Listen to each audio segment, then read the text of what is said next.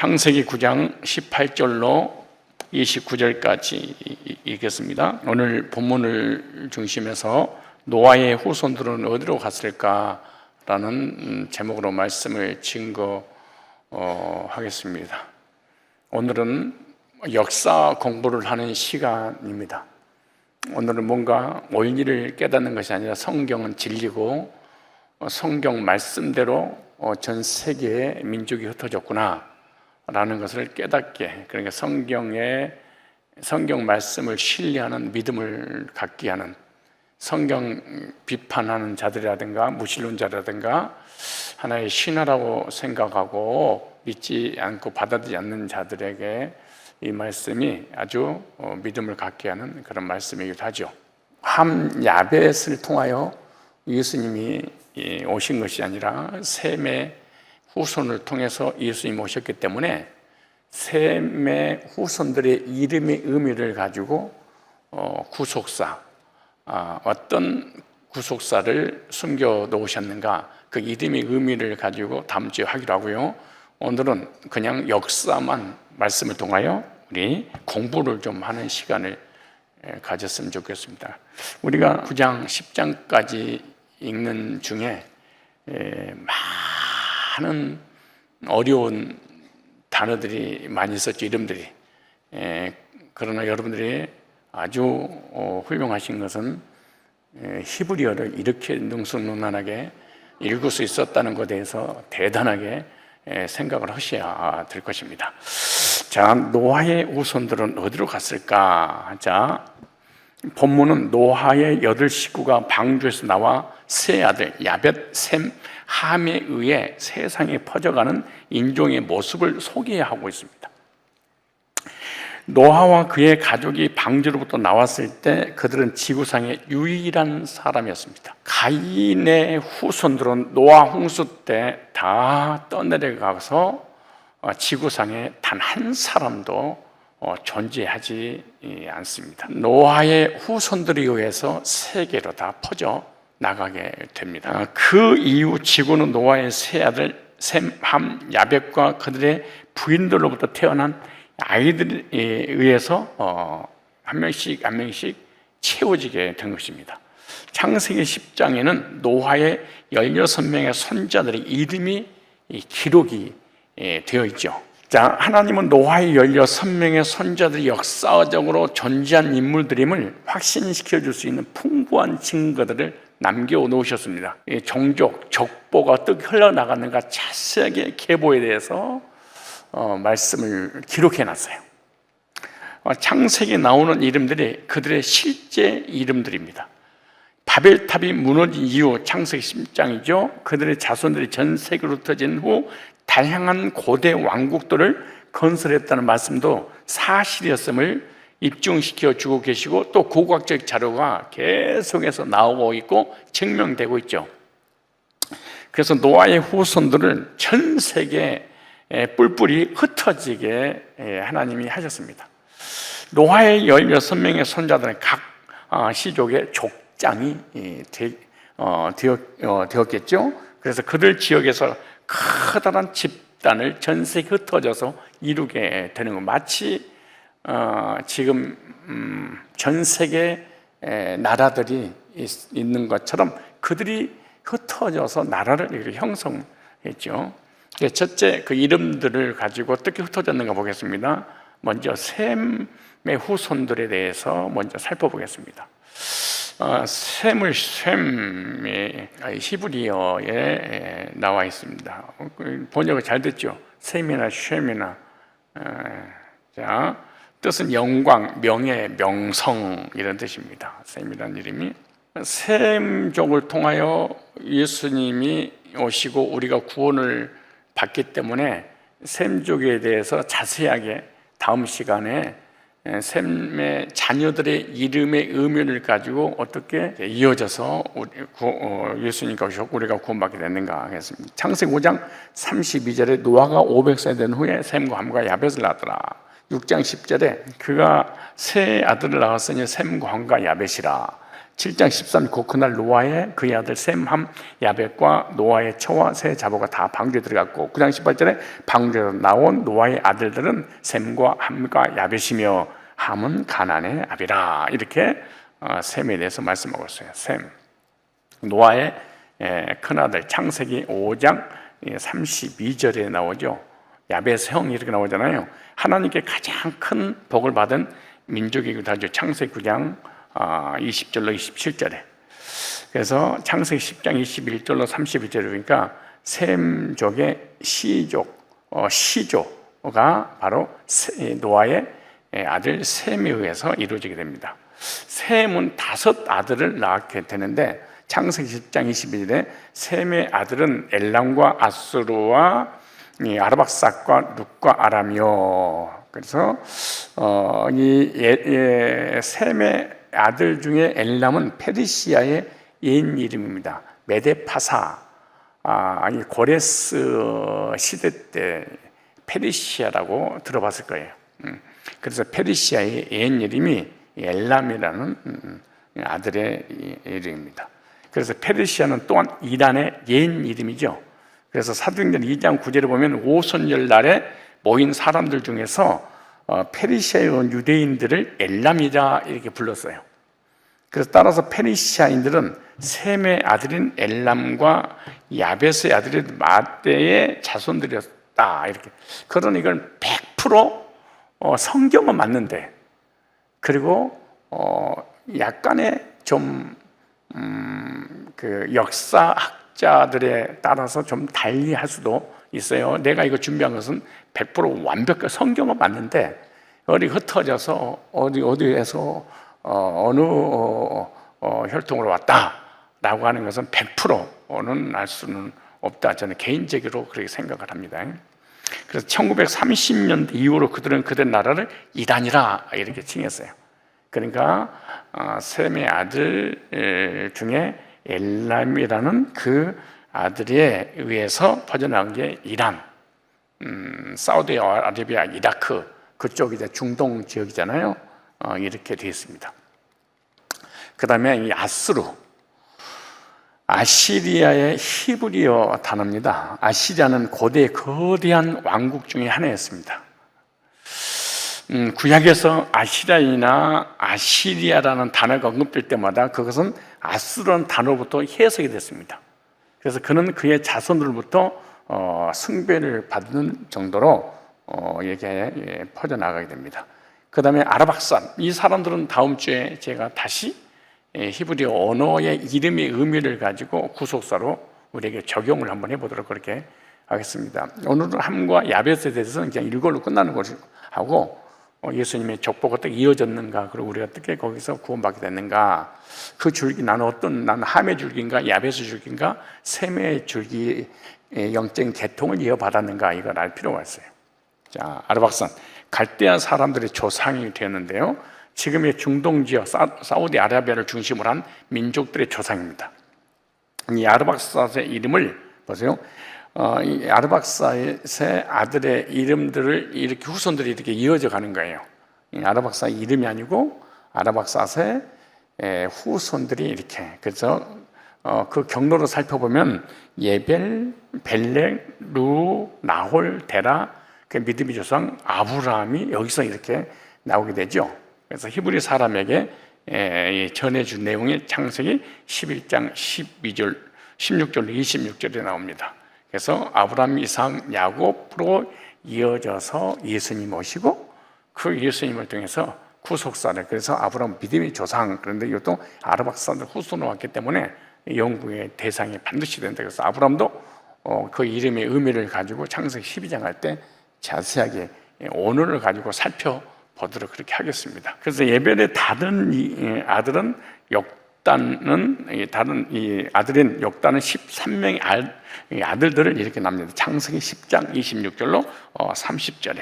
그래서 이 사람들이 어느 나라를 형성을 했는가, 현재 그런 나라들을 좀 주시할 필요가 있어요. 그러니까 그 노아의 후손들이 실제로 전 세계에 이렇게 흩어지게 된 거예요.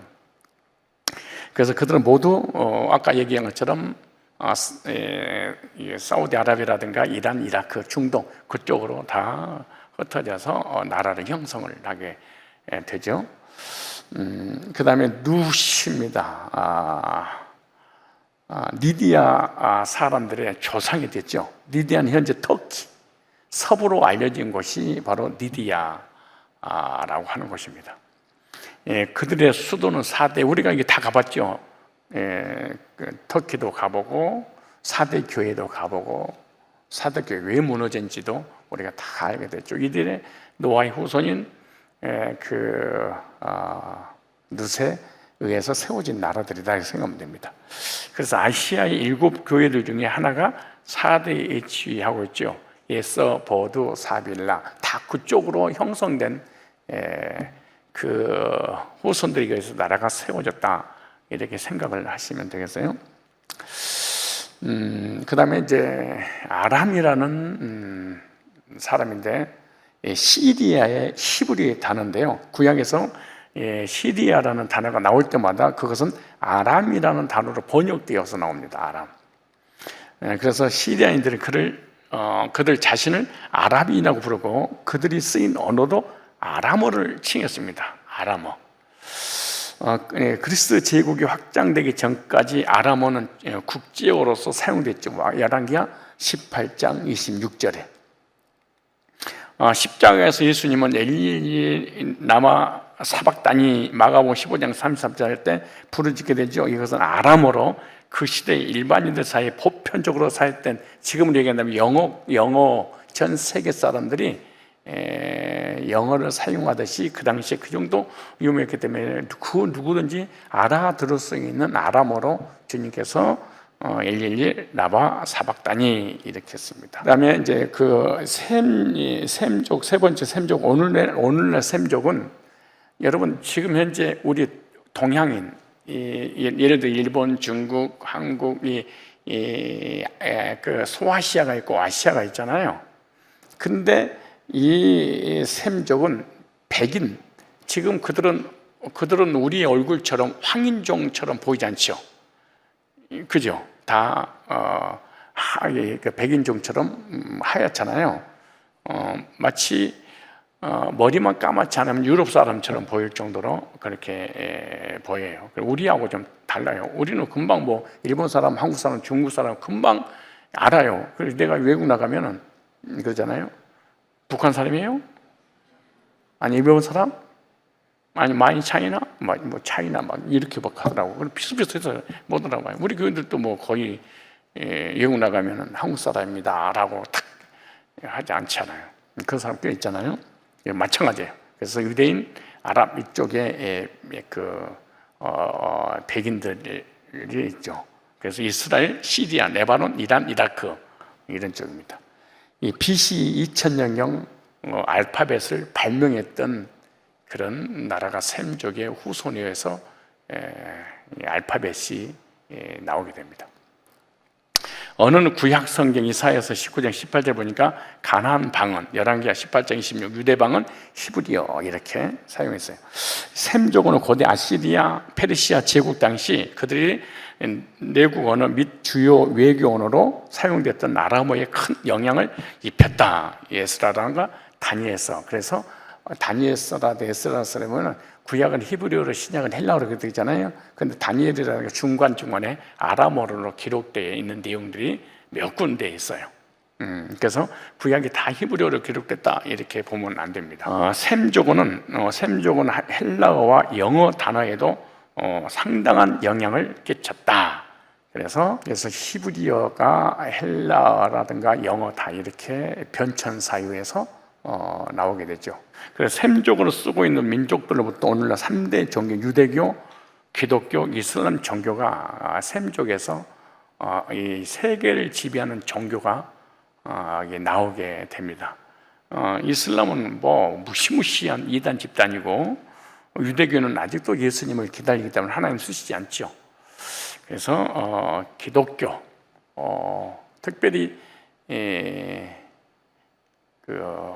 개신교, 그래서 우리를 얘기하고 있죠. 이는 우리 기독교, 우리가 믿는 것이 바로 셈족에서 나온 겁니다.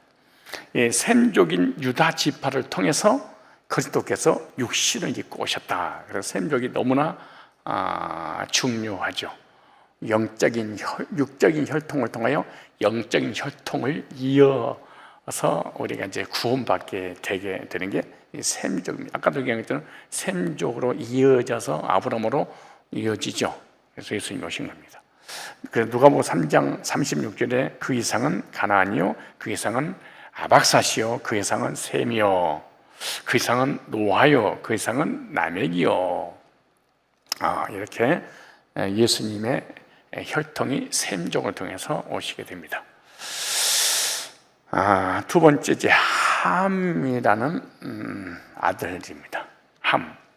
함은 이렇게 그냥 글자 그대로 읽으시면 됩니다. 그리고 우리가 아까 9장 10장 읽은 히브리어를 읽었으니까 우리는 뭐 보통 사람들이 아닙니다. 근데 이 뜻은 많이 탔다, 열받았다, 열이 나서 탔다, 뭐 이렇게 생각하면 돼요. 까맣다, 이렇게 생각하면 돼요. 이대로 목사님 재미나게 웃기려고 그러신 거냐? 아니 그냥 이렇게 읽어요. 그냥 탔다는 거야. 탔다, 열받아서 탔다, 까맣다, 흑인종이다, 뭐 그 얘기지 뭘 그래서 이 노아의 후손 함입니다. 이게 노아의 둘째 아들 이죠. 그리고 아버지 노아의 실수와 수치를 덮어주지 않아 저주받은 자인데 육신적으로는 수치를 덮어주지 않아서 저주를 받았지만 영적으로는 구속사를 막았던, 저번에도 말씀드린 것처럼 구속사를 부인했던 철저하게 행위주의자, 율법주의자, 이런 영적인 면에서 이런 사람들은 복음을 싫어해요. 예수님을 싫어해요. 구속을 싫어해요. 은혜로 믿음으로 구원받는 걸 싫어해요. 그래서 예수 안에서 거듭나서 안식을 얻고 새하늘과 새 땅에서 주님과 신랑 되신 주님과 누리는 것을 비방하고 다른 사람들의 믿음을 흔들어 놔버리는 그런 사람이 바로 노아의 후손 둘째 아들 함이 그런 실수를 했잖아요. 그래서 영적인 저주였다 그렇게 생각하시면 됩니다. 영적인 저주, 영적인 저주가 삶에도 연결이 되어 있죠.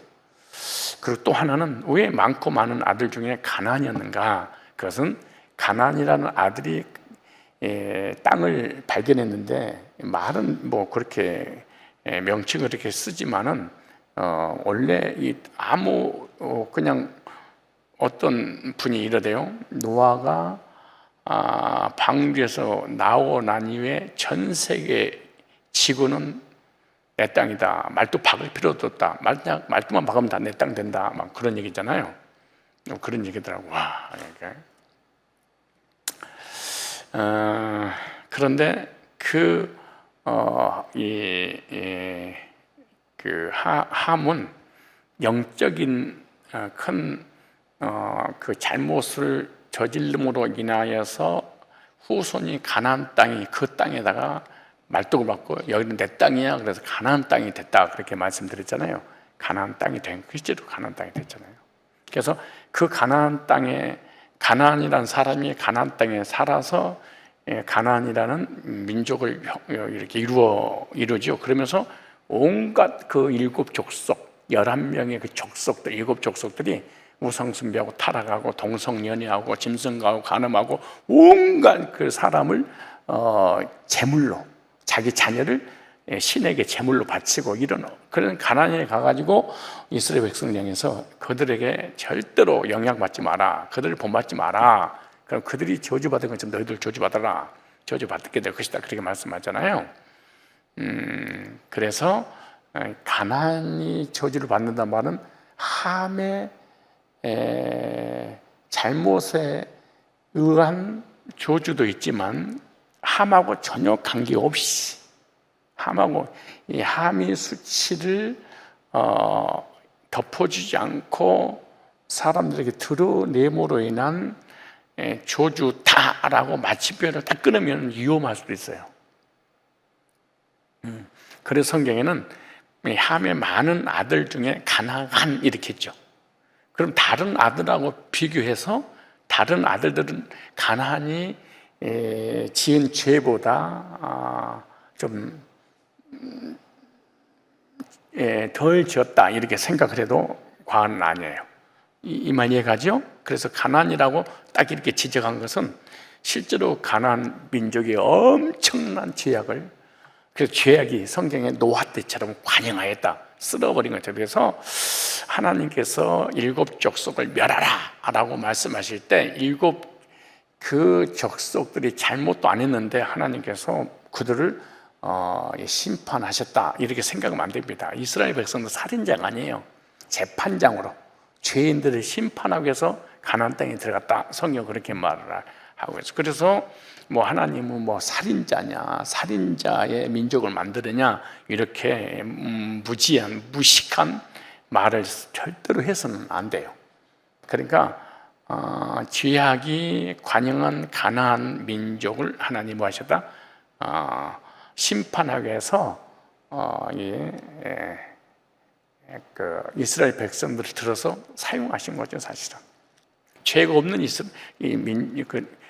가나안 사람들이 아니라, 그래서 실제로 함이 함의 잘못을 인해서 저주를 받아 딱 멈추지 말고, 많은 아들 중에 가나안이라고 한 것은 그들이 다 흩어져서 이 가나안이라는 그 후손들이 거기서 살 때 엄청난 죄악을 저지른 것을 하나님께서 미리 아시고 노아에게 미래적 심판에 대한 예언을 이렇게 하셨다, 이렇게 접근해야지. 이 말 이해 가시죠?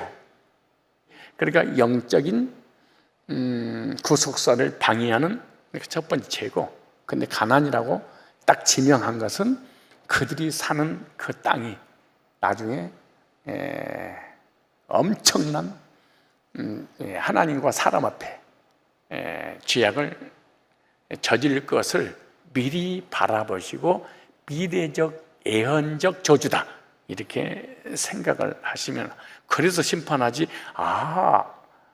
노아의 아들 함이 잘못해서 어떻게 가나안까지 천대까지 저주를 받아 이렇게 연결시켜 버리면 하나님에 대한 오해를, 성경에 대한 오해를, 그리고 불신자에게 이 말씀을 질문을 받을 때 설득하기가 어려워요.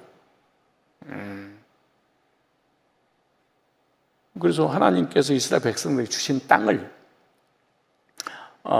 다시 찾으려고 가나안 족속을 다 몰아냈다 이렇게 생각하면 안 된다니까. 근데 그들이 잘못을 안 했어. 그러면 하나님께서 미래적 저주의 예언을 하지 않으셨겠지. 왜? 다른 아들들처럼, 다른 손주들처럼.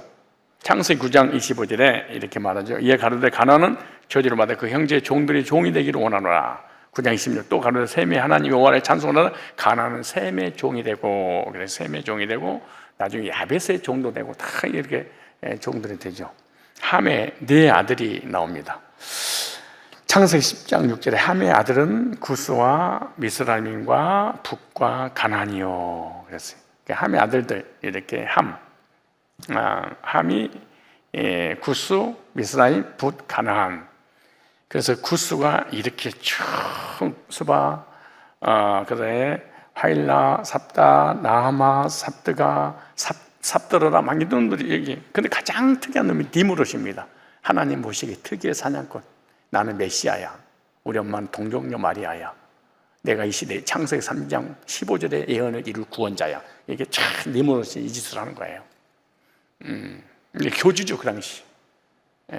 무시무시한 교주가. 그리고 하나님 보시기에 특이한 사냥꾼이라는 이름을 지어줬잖아요. 여기서 이 함의 후손들 중에서 이렇게 나와요. 참 그렇게 함의 후손들은 어디 가더라도 영적인 그 후손들이 줄기를 타서 복음을 무너뜨리고 교회를 무너뜨리고 악한 짓을 해. 이게 후손들이. 여기서 지금 신천지 안상원 전면서 이런 사람들 전부 다 함의 후손들입니다, 사실. 복음과 역행하는 것들 다. 그래서 여기에 보면 가나안의 아들들이 나오죠. 사돈이 아니에요. 시돈이지.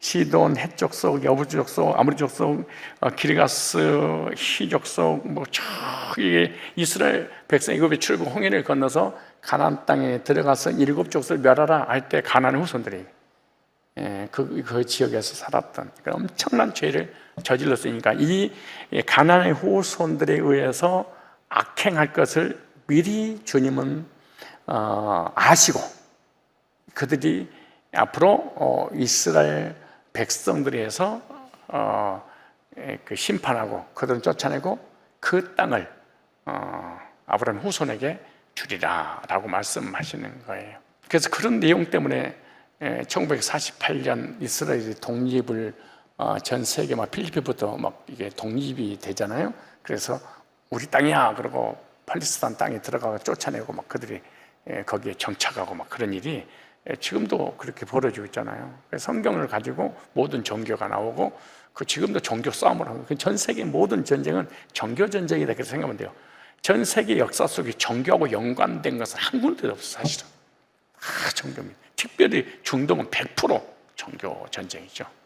함의 아들들, 그래서 이 함의 아들들은 하도 성경에 많이 거론되기 때문에 악역으로 등장하기 때문에 이 함의 아들들이 우리가 익숙해요. 그죠? 구스, 함의 자손들은 주로 남서부 지역인 아시아와 아프리카에서 살았습니다. 성경은 자주 아프리카를 함의 땅이라 이렇게 불러요. 시편 105편 23절, 27절, 106편 22절. 노아의 손자 이름인 구스는 옛적 에티오피아, 아스완 남부로부터 카르툼까지의 히브리어 단어입니다. 그래서 예외 없이 영어 성경에서 에티오피아라는 단어는 항상 히브리어로 구스라고, 구스 네시 사도행전 8장 이렇게 나오잖아요. 아프리카 이런 함의 후손들이 그 사도행전 2장 이후에 구원받은 내용들이 하나님 앞에 돌아오는 그런 역사가 예정이 되죠. 신약이 오면서 인종차별이니 이런 건 싹 없어지게 되는 거죠. 그 다음에 이제 미스라임이라는 아들입니다. 노아의 손자는 함의 아들 미스라임입니다. 미스라임은 이집트에 대한 히브리어 단어입니다. 예굽이란 이름은 구약에서 수백 번 언급되고 한 번 유해를 제외하고는 항상 미스라임이라는 단어로 번역이 됩니다. 그래서 성경 미스라임 그러면은 함의 아들 그렇게 생각하시고 이집트, 예굽, 그 이스라엘 백성 400년 동안 종살이게 했던 하나님 원수, 하나님 백성들과의 원수 관계, 그 악역은 성경에 많이 등장해요. 어떻게 보면 주인공보다 더 많이 등장할 수도 있어요. 우리 영화 같은 데 보면은 주인공 몇 번 안 나오는데 악역은 계속 나와서 악한 일 하잖아요. 처음은 성경에 그렇게 많이 써졌어요. 창세기 50장 12절 그 땅 거민 가나안 백성들이 아담 마당의 애통을 보고 가로되 이는 애굽 사람이 큰 애통이라 하였으므로 그 땅 이름을 에벨 미스라임이라 했으니 이집트 사람이었더라. 이렇게 미스라임 그 이름을 따가지고 국가도 세워지고 하는 그런 거죠. 붓이라는 사람인데 노아의 손자인 붓의 이름은 니비야, 이집트의 서부 지역의 히브리어입니다. 아까 우리가 뭘 읽었어요? 성경을 9장 10장을 뭘로 읽었어요? 히브리어로 우리가 계속 읽은 거예요. 근데 너무 발음이 좋아서 내가 듣고만 있었는데 깜짝 놀랐습니다. 구약 성경에 이렇게 3번 번역됐어요. 니비아 내에는 고대 북강이 있었죠. 그 이름을 따서 다니엘 시대에 이미 그 이름을 니비아로 바뀌어 있었습니다. 다니엘 11장 3절 그가 권세로 예굽의 금, 은과 모든 보물들을 잡을 것이요 니비아 사람과 구스 사람이 그의 시종이 되리라. 이렇게. 그 다음에 이제 가나안, 노아의 다음번 손자인 가나안은 훗날 로마인들에 의해서 이 팔레스타인이라고 불리던 현재 이스라엘과 요르단 지역의 히브리어식 이름이 가나안입니다. 창세기 10장 14절로 18절에 보니까 그곳에는 블레셋이라는 이름이 있는데 이것은 가나안의 조상인 것이 명백하며 후에 팔레스타인이 된 것이 확실합니다. 이 함의 후손들은 시돈, 그 도시를 처음 창건한 조상 이름이고요. 고대 히타이트족의 조상이 되었고, 가나안 남쪽 민족이 구스, 이디오피아, 이디오피아, 구스, 막 그러잖아요. 네시 이렇게 하잖아요. 미스라임, 이집트, 그다음 붓은 리비아, 가나안 7족속 이렇게 나누어져서 그 지역을 이렇게 국가를 형성하면서 살았었죠.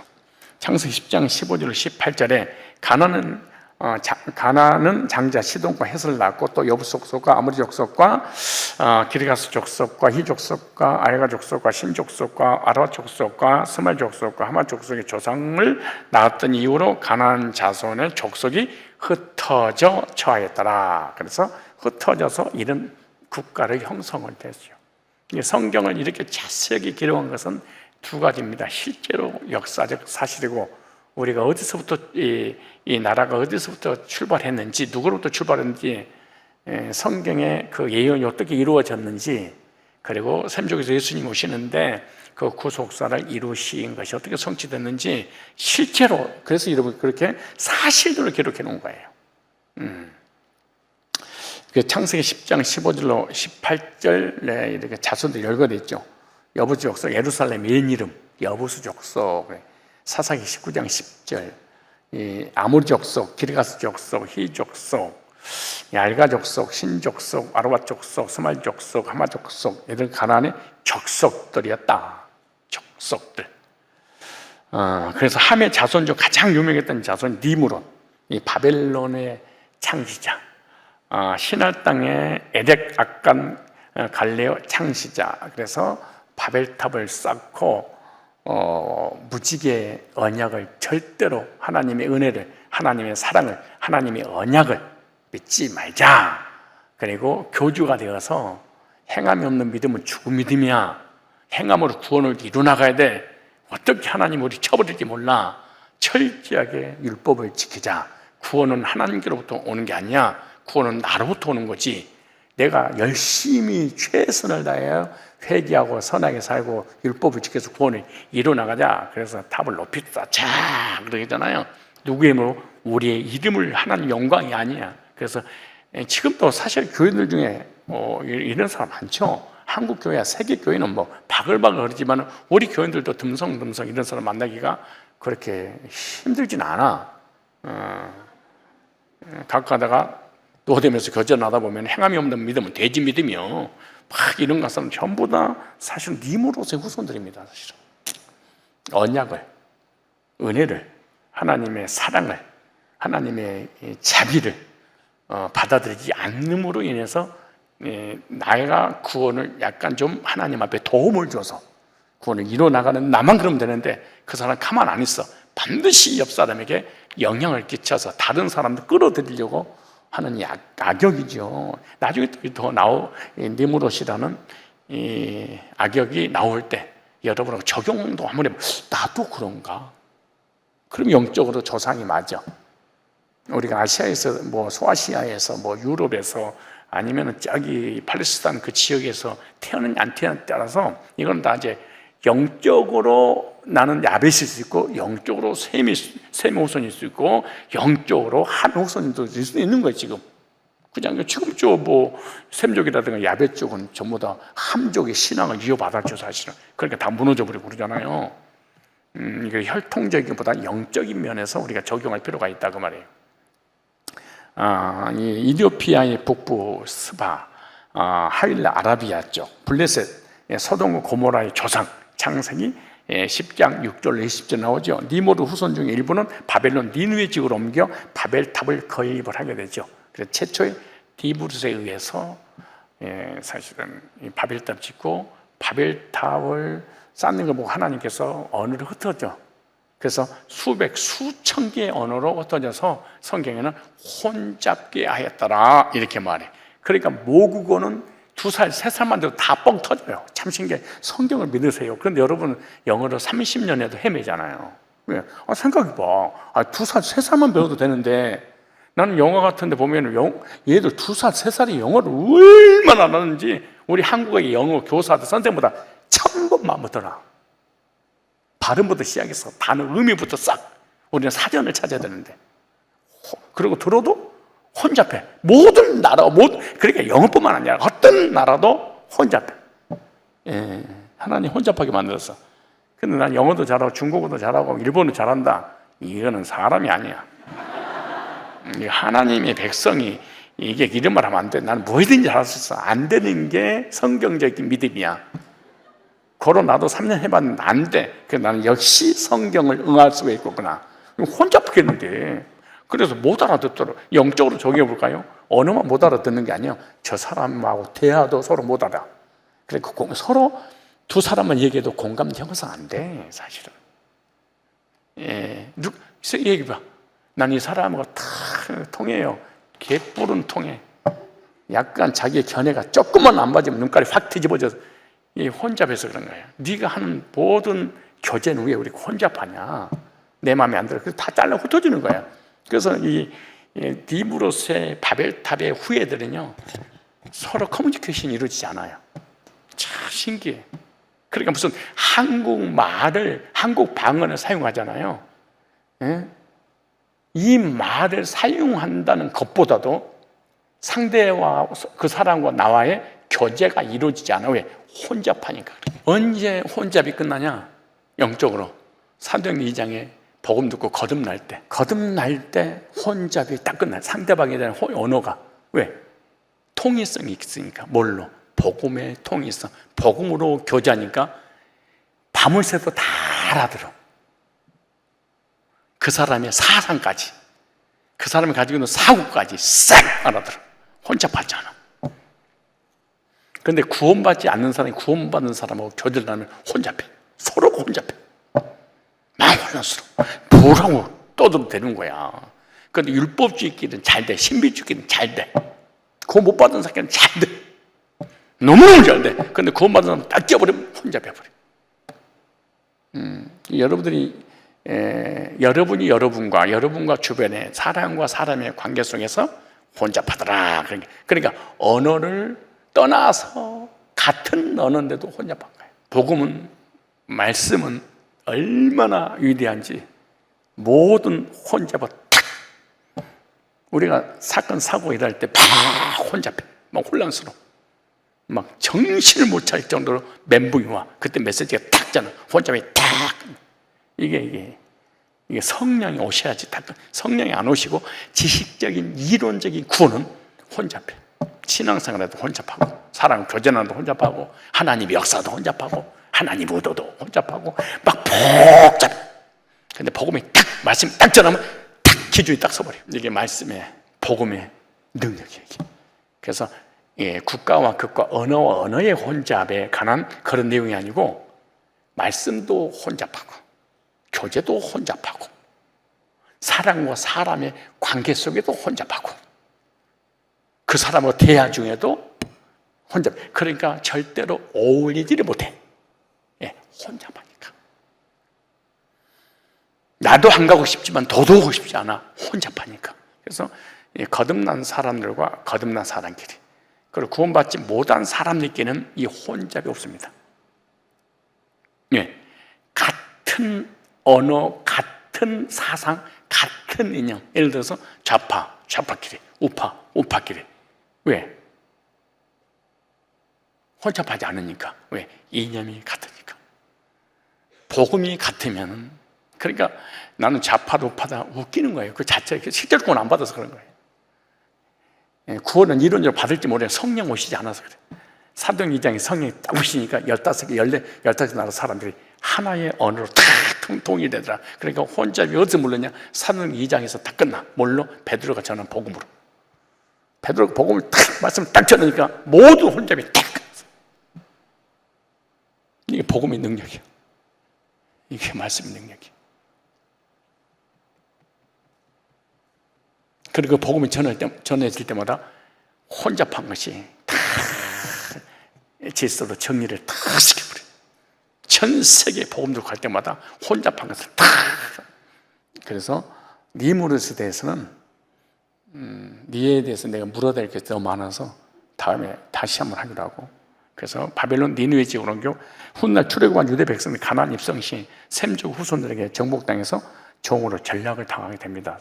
여호수아 9장에 야베스 후손이었던 마케도니아 로마인들이 다시 정복당해서 긴 세월 노예가 되게 되죠. 이 함족은 지금 현재 흑인종인 아프리카 민족의 조상이다. 그런데 영적으로 이 후손들이 많아요. 이 시대 야베 쪽도 많고 셈족도 많고 혈통적보다도 영적으로 복음 받아들이지 않는, 복음을 방해하는 모든 사람들은 혈통을 떠나서 함족이다 이렇게 생각하면 됩니다. 혼잡하게 만드는 것은 다 셈족이다 이렇게 생각하면 됩니다. 셈족이 아니고 함족이다. 셈족은 흩어져 있던 것을 탁탁 막는, 셈족은 달라요. 영적인 흐름이 계보가 달라요. 이 함은 지역적으로 열대지방에 사는, 그래서 아까 열 이런 뜻입니다. 벌써 잊어버렸으니까 감사한 일이지만 어찌됐든 다 뭐 탔다, 뭐 함, 약간 그렇게 했는데 잊어버린 것도 감사할 일인데 어찌됐든 간에 열대지방에 사는 족속이 됐는데 그의 이름같이 매우 정열적이고 육체적이므로 아버지 노아의 벌거벗음 숨겨주지 않도록 노아에게 저주를 받게 되는데, 그러나 역사적으로 보면 함의 후손들은 바벨론의 시조가 되었고 애국과 가나안의 조상이 됐지만 후에 하나님께로 돌아오게 되는 게 이사야 11장 11절로 16절에, 자, 예수님 시대는 실제로 가나안 지역인 두로와 시돈에서 복음을 전파하셨고 가나안 여인이 예수님께 찾아와서 그 신 딸을 고쳐달라고 하죠. 그래서 예수님 오심으로 이게 다 해결되죠. 얼마나 놀라운 일입니까 사실은. 그 예수 만나면 끝이야 사실.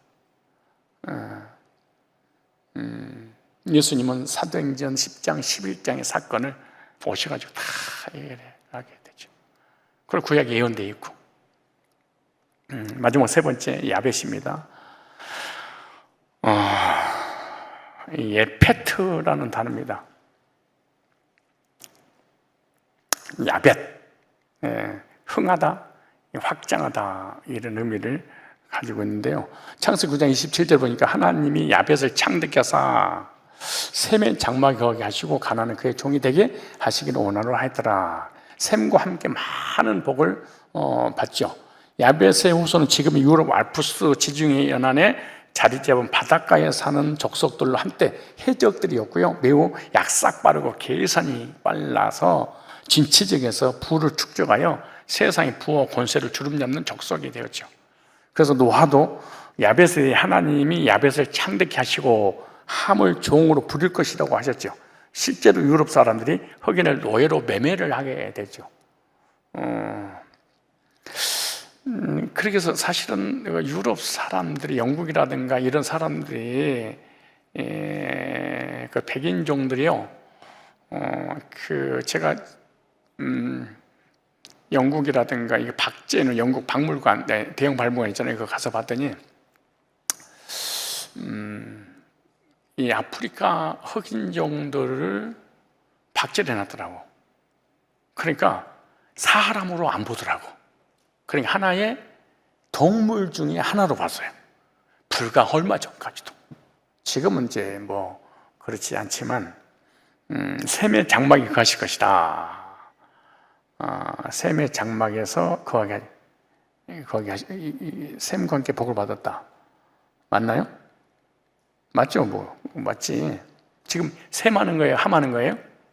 야벳. 아니. 그래서 야벳의 일곱 아들을 보니까 창세기 10장 1절에 시작.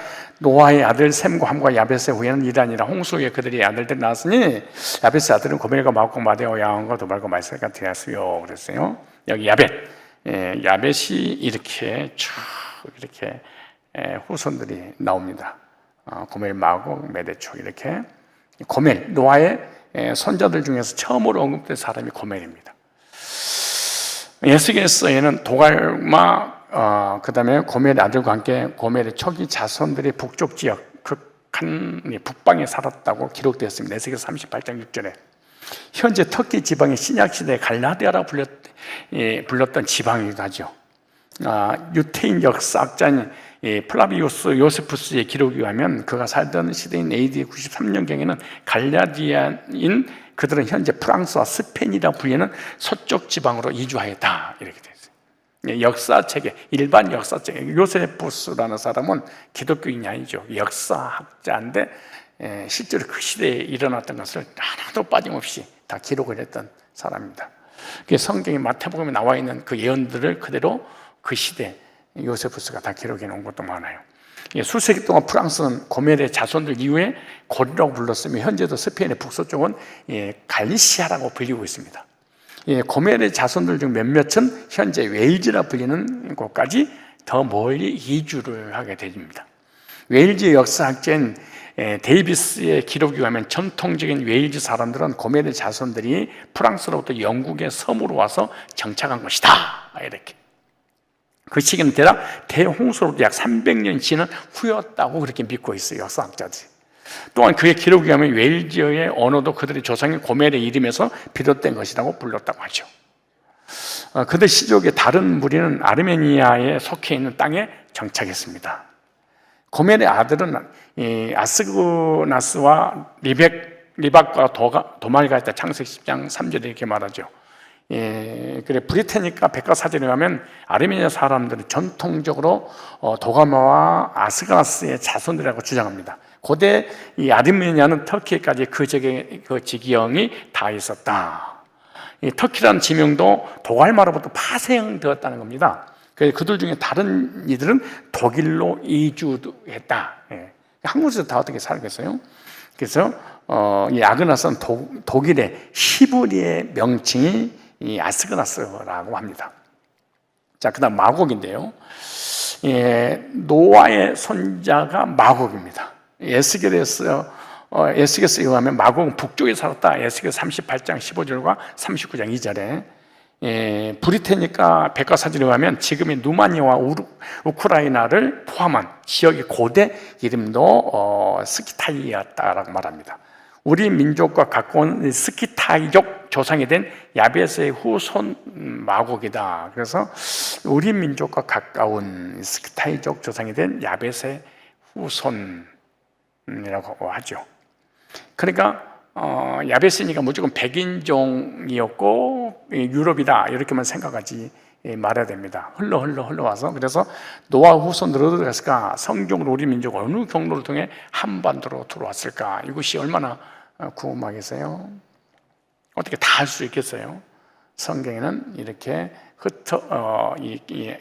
함과 야벳과 셈의 후손들에 의해서 전세에 흩어져서 나라를 형성을 했다라고만 기록되어 있으니까 보통 중국 한족은 함족 또는 셈족과 함족 혼합 계열로 이렇게 추측을 또 하게 되죠. 그러니까 아까 소론 시작한 것처럼 100% 내가 맞는다 이런 것보다도 거의 몇 군데는 추측을 할 수가 있다고 100% 할 수 없으니까. 그러니까 이단들은 단지파가 한국에 들어왔다. 그래서 당군 신화를 만들었다. 막 이렇게 난리 버거지를 피우는데 새빨간 거짓말들을 하고 있어요. 통일부에서 이렇게 만들어 놓은 거예요.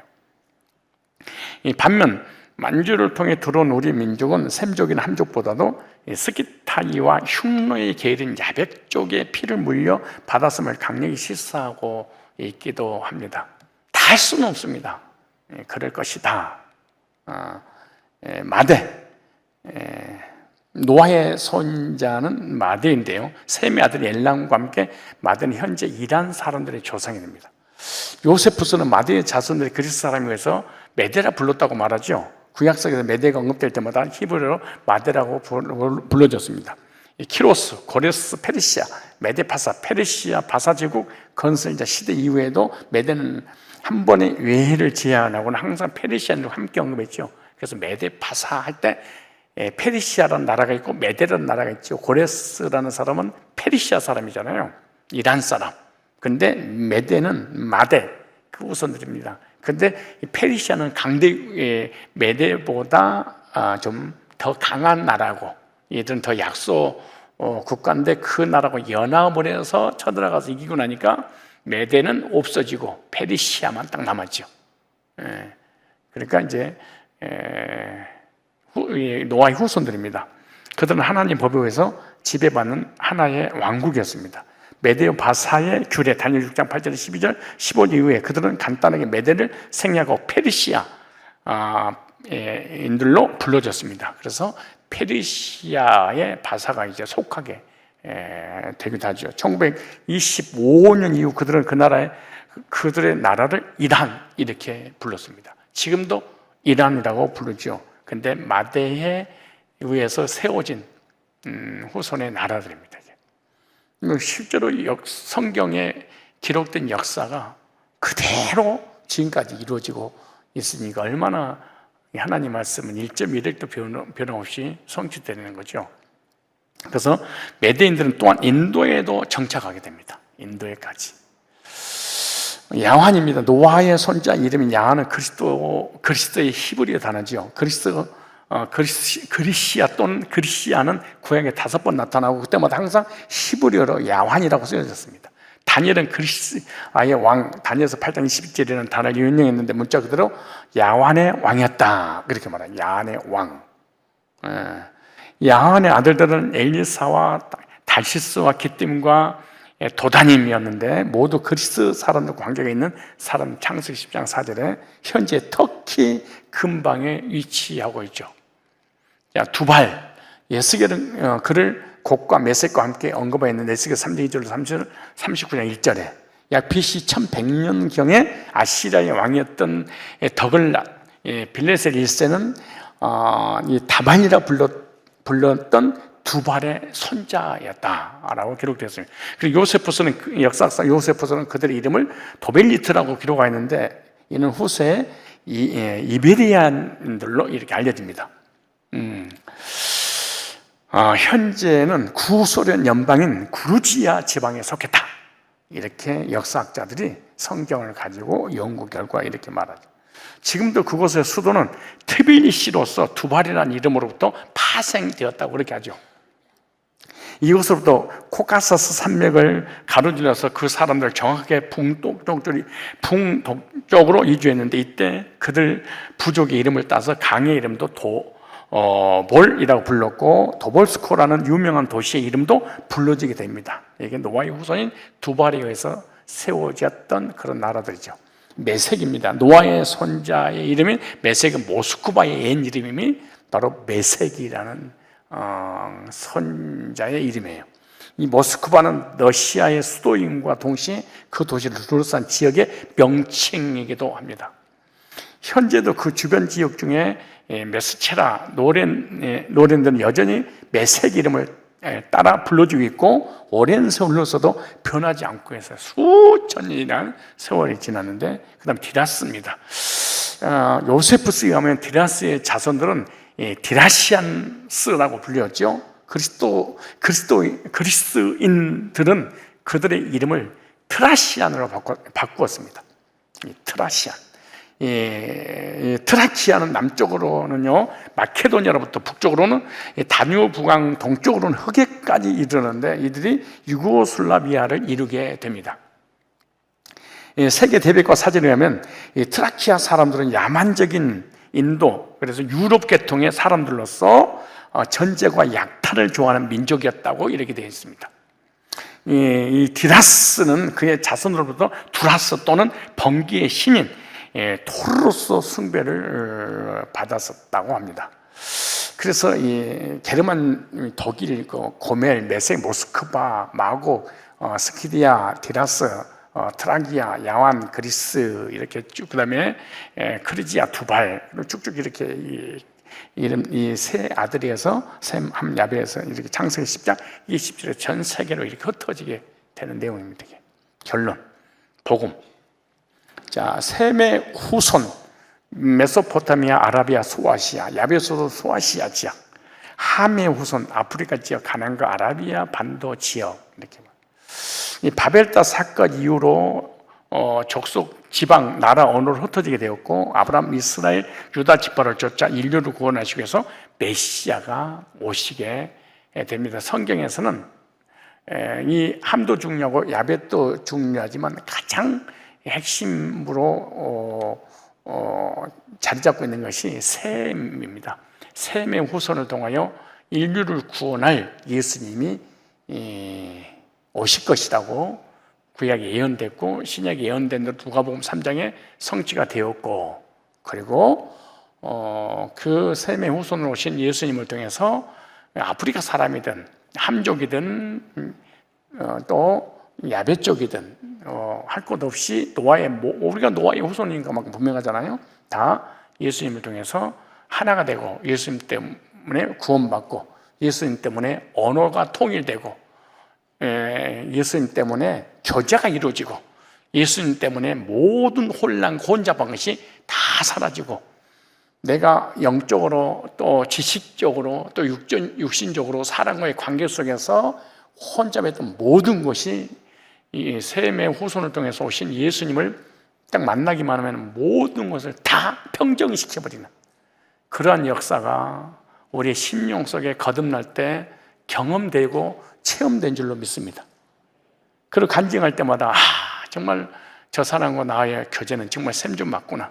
이 사람만 만나면 왜 깨져버리지? 왜 교제가 안 이루어지지? 함족이구나.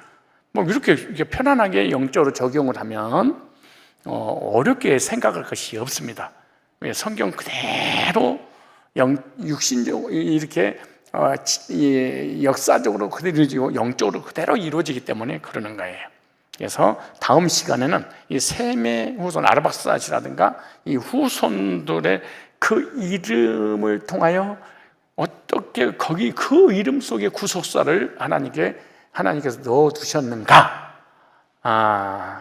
그 구속사를 통해 나에게 어떻게 적용을 할 것인가에 관한 말씀을 듣고 말씀을 통하여 말씀을 신뢰하고 말씀에 확신하고 말씀에 거하는 예수님의 영적인 후손들이 다 되시기를 주님의 이름으로 축복합니다. 기도하겠습니다. 거룩하신 하나님 아버지, 오늘도 이 세계의 모든 역사가 노아의 후손에 의해서 실제로 이루어졌고 오늘 우리까지 온 줄로 왔다는 것을 깨닫게 하기 위해서 말씀을 주셨사오니 우리는 이 야벳족도 셈족도 야벳족도 함족도 아닌 셈의 후손 오신 예수님의 그 구속사를 통하여 거듭나서 구원받고 하나님의 자녀가 되어 혈통적으로 이스라엘 백성도 아니지만 영적으로 예수님의 후손이기에 또 예수님의 자녀들이기에 예수님의 자녀들끼리 모여서 교제 나눌 때마다 모든 혼잡한 것이 사라지고 질서가 세워지고 그리고 그 교제 가운데 하나님께 영광 올려드리는 그런 역사가 나타나도록 인도하여 주옵소서. 그러므로 우리들의 모임 가운데 세속적인 얘기, 사람 얘기, 부정적인 얘기, 엉망불평한 얘기 이런 얘기를 꺼냈다는 것은 두말할 것도 없이 함의 후손으로서 영적인 영향을 받았기 때문에 이런 악역으로 쓰임받은, 그래서 사람을 무너뜨리고 교회를 무너뜨린다는 것을 깨닫고 회개하고 복음으로 교제 나누고 복음으로 격려하고 복음으로 이루어서 사람을 세우고 혼잡아 나를 만나기만 하면 혼란한 것이 사라지고 질서가 딱 잡히는 그런 셈의 후손들이 되도록 하나님 우리를 붙잡아 주시고 우리 언어를 사용할 때마다 성령께서 함께 하셔서 꼭 필요한 유익된 말만 나가도록 주님 도와주시옵소서. 예수님의 거룩하신 이름으로 기도드리옵나이다. 아멘. 이제는 우리 주 예수 그리스도의 구속의 은혜와 하나님 아버지의 사랑과 성령님의 교제케 하심이 여기 머리 숙인 하나님의 사람들 위해 여러 가지 질병으로 또 지병으로 또 여러 가지 환경으로 어려움을 당하고 있는 사랑하는 성산의 귀한 권속들 위로 위에 치료 위에 이제부터 영원토록 항상 함께 있을지어다. 아멘.